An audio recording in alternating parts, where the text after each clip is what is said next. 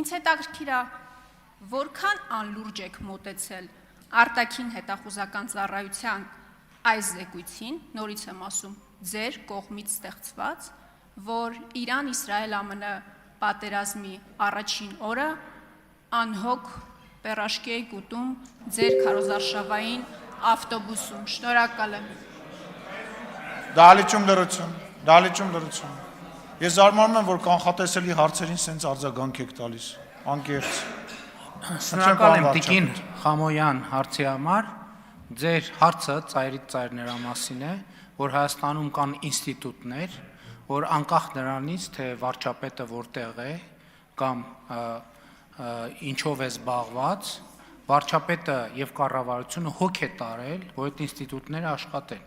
Ընդ որում, եթե այն ինչ որ տեղի ունենում Իրանում ձեզ համար նորություն է, Հայաստանի պետական ինստիտուտների համար նորություն չէ,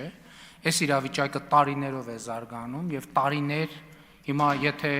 դուք հնարավորություն ունենայիք, տասնյակ ուրիշ այդպիսի զեկույցներ կտեսնեիք,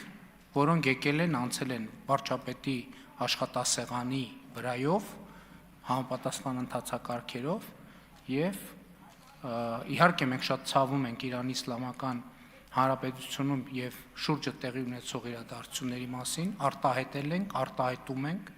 մենք Իրանում ծավալվող իրադարձություններից մի օր առաջ էլ ենք անվտանգության խորհրդի նիստ ունեցել, մի օր հետո էլ ենք անվտանգության խորհրդի նիստ ունեցել, նախորդ այդ նույն շաբաթը պաշտպանության նախարարը այցով եղել է Իրանի Իսլամական Հանրապետությունում,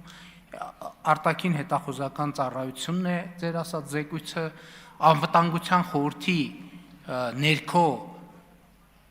բավական երկար ժամանակ գործում է միջգերատեսչական աշխատանքային խումբ, այդ աշխատանքային խումբը 3 չի ստեղծվել, նախորդ օրը չի ստեղծվել, Իրանում նախկինում ծավալված իրադարձություններից առաջ է ստեղծվել եւ այդ աշխատանքային խումբը գործում է ամենօրյա ռեժիմով, ոչ թե մի շաբաթ է գործում, այլ ամիսներով ամենօրյա ռեժիմով գործում է։ Եվ հետեւաբար ձեր հարցի համատեքստում անհասկանալի է ինչի ազգային ժողովի նիստը չենք չեղարկել ընդհանրապես, որ գանք այստեղ,